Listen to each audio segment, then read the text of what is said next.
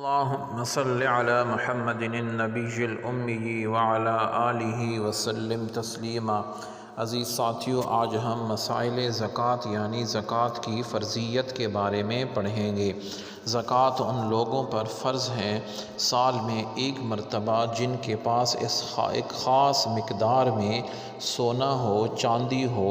روپیہ یعنی سامان تجارت ہو۔ اس خاص مقدار کو نصاب کہتے ہیں، جس کے بارے میں علماء اور فقہاء فرماتے ہیں کہ سونا جو ہے وہ 7.5 تولے ہے، چاندی جو ہے وہ 52.5 تولے ہے یا اس کے برابر رقم ہے، اور اس پر ایک سال گزر گیا تو سال گزرنے کے بعد 40واں حصہ 2.5 یعنی 2.5% کے حساب سے زکوٰۃ ادا کرنا یہ فرض ہو جائے گا۔ اسی طرح کانوں سے نکالی ہوئی قیمتی اشیاء ہیں، پتھر ہیں، دفینے ہیں، خزانے ہیں،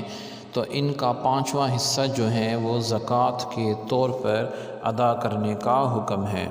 جو پیداوار ہے اس پیداوار کے بارے میں حکم یہ ہے کہ اگر بارش یا پہاڑی ندی نالے سے سیراب ہوتی ہے یہ زمین، تو اس کی پیداوار پر زکوٰۃ کل پیداوار کا 10واں حصہ جسے عشر کہتے ہیں یہ واجب ہوگا۔ اور جس زمین کو کنویں ہیں، نہر ہے، اور یعنی جو ہے وہ محنت سے سیراب کیا جاتا ہے، جو ہے قدرتی نہیں بارش کے علاوہ، تو اس کی پیداوار کا 20واں حصہ جو ہے 1/20 حصہ یہ جو ہے زکوٰۃ کے طور پہ عشر یعنی زکوٰۃ ادا ہوگی۔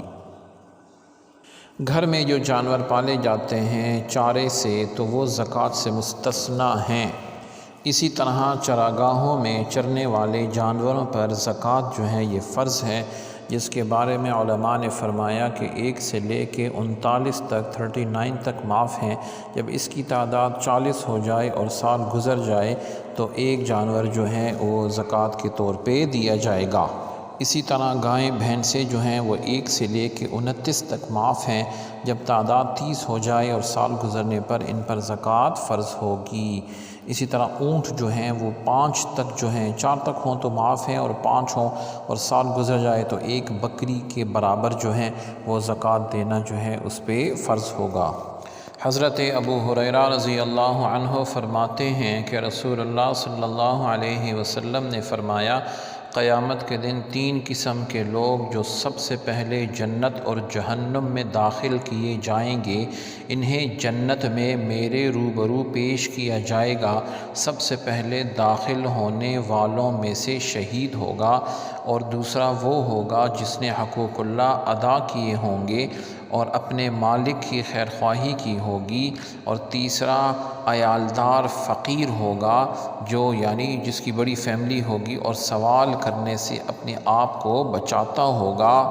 اور جہنم میں سب سے پہلے داخل ہونے والوں میں ایسا بادشاہ جو لوگوں پر مسلط ہوا ہوگا، اور ایسا مالدار آدمی جس نے مال کا حق زکوٰۃ ادا نہ کی ہوگی،